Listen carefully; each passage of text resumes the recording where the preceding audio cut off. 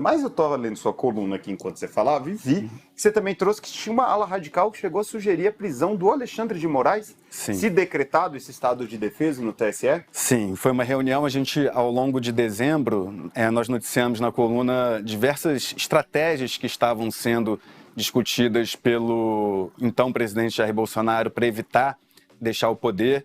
E uma das estratégias que ontem também chegou a ser divulgada, né, além daquelas que nós noticiamos em dezembro, foi o estado de intervenção, uma intervenção no TSE, uma intervenção no Tribunal Superior Eleitoral, alegando que a postura do presidente da Corte, Alexandre de Moraes, teria ferido a democracia por ter dado um tratamento desigual aos dois presidenciáveis, Lula e Bolsonaro.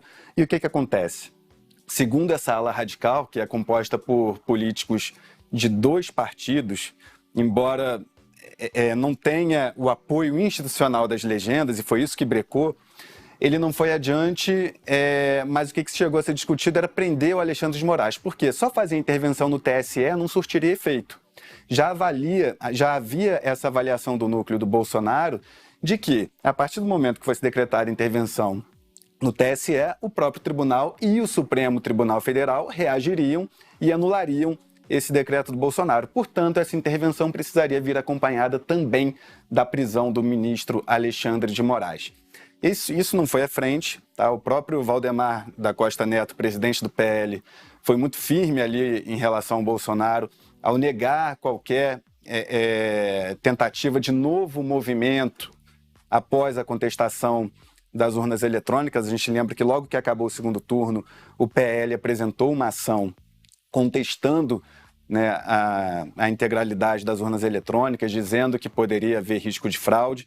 E o ministro Alexandre de Moraes, então, aplicou uma multa de 22 milhões de reais, 922,9 milhões de reais, ao PL. E ali o Valdemar falou: não vou mais me indispor com a justiça.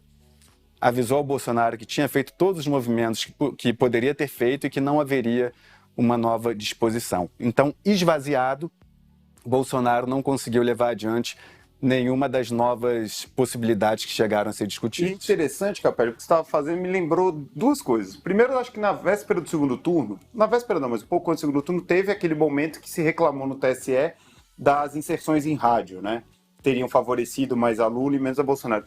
E no discurso que o Bolsonaro fez um pouco antes dele ir para os Estados Unidos, ele fala assim: eu tentei uma série de medidas dentro das quatro linhas, no linguajar que o presidente costumava usar, para reverter isso aí. Então acho que agora tudo começa a ter um pano de fundo para ter mais sentido, né? A gente começa a entender como que estava se movimentando nos bastidores. Isso, além dessa questão da intervenção no TSE, foi discutida também uma nova ação no próprio tribunal para contestar a diplomação do Lula, que o Valdemar também não aceitou. Foi discutido pelo entorno do Bolsonaro convocar o artigo 142, a intervenção militar, chamar as Forças Armadas. O Supremo já tinha preparado uma reação enérgica quanto a isso. Qual seria a resposta do Supremo? Que as Forças Armadas não são poder moderador. Então, que as Forças Armadas não poderiam fazer papel de moderadora entre os poderes.